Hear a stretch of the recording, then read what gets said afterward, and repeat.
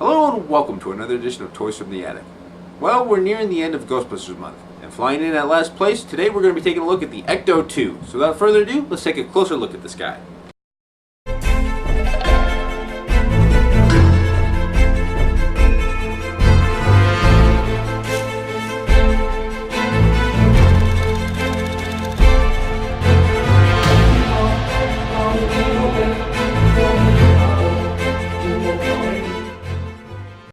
In the cartoon, the Ecto2 was a flying gyrocopter that was owned by the Ghostbusters. It acted as their secondary source of transportation, but their main source of air support. Its size and length differed from episode to episode. It is primarily shown to seat two of the Ghostbusters, but would occasionally have room for a third passenger. Despite all this, and with a little help of cartoon physics, it was still small enough to fit in the back of the Ecto1. It was mainly piloted by Egon and Winston, but it had more of its comical moments when the pilot seat was taken by the reckless and unlicensed Ray. Oddly enough, the Ecto2 was introduced in the very first episode of the animated series, and went on to be a valued addition to the team's arsenal. Alright, so here we have the real Ghostbusters Ecto2. Now I must admit, when I was a little kid, I thought this actually doubled as a motorcycle. I think that's because of this wheel that popped out here. I've seen that a million times on motorcycles, but not so much on helicopters. Heck, I was only 6, so I didn't even know what a gyrocopter was.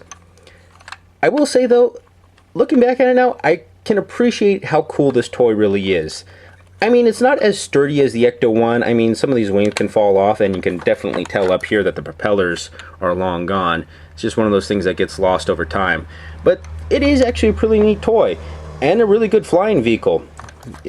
It appeared many number of times in the animated series to let you know that it wasn't just one of those one-time things that they used to sell toys to kids. I really like how the stickers are on here. I actually had to buy this guy off of eBay, so the stickers really held up on this one. You get the nice Ghostbusters logo on here with a little light, and you can see all the different little shock and springs that kind of go into helping the wings stabilize. You got some nice little logos on the inside right here, and, well, actually that's about all I could say about the stickers, actually. You got some nice little rivets around here to make it actually look like it has been bolted together, or something that the Ghostbusters may have custom made, or purchased as a kit.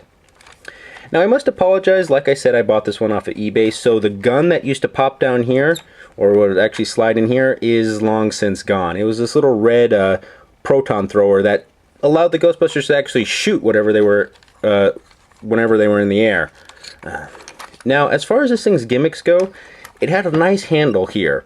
Now, this is the one part where the toy kind of differs from the cartoon. I mean, this tail fin here is way oversized what's in the cartoon, and you think that if anything was really this big, it would just fall over. But this is actually where the child's hand would actually go.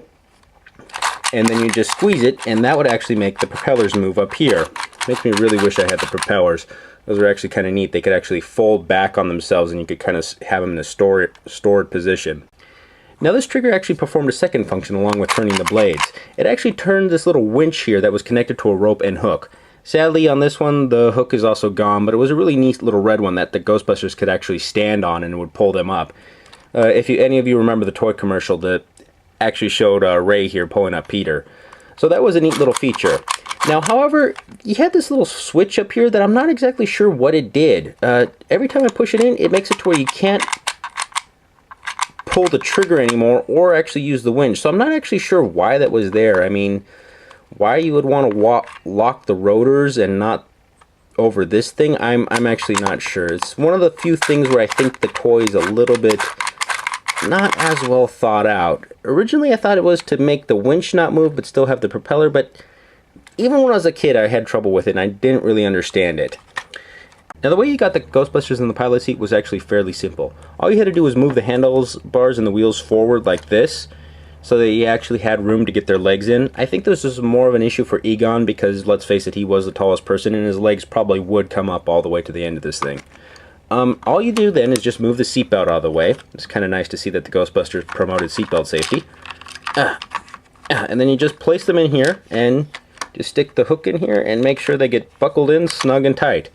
After that, all you need to do is push this back up, and then they're ready to take off and fly. Oh, make sure this actually stays in there. The reason I chose to put Ray in here is because I remember he was the funniest person to fly this thing. I mean, he was always kind of reckless and out of control and would always brag about how he thought he was pretty good for a guy who took one free trial lesson. Anyways, this has been a look at the Ecto2. I mean, it's a definite must-have for anyone who wants to have a Ghostbusters collection. And it's one of those nice things that appeared in the show and gives you one of those great nostalgic feelings. I'm actually happy I have it. I just need to find a good hook and some propellers. But anyways, this has been a look at the Ecto2.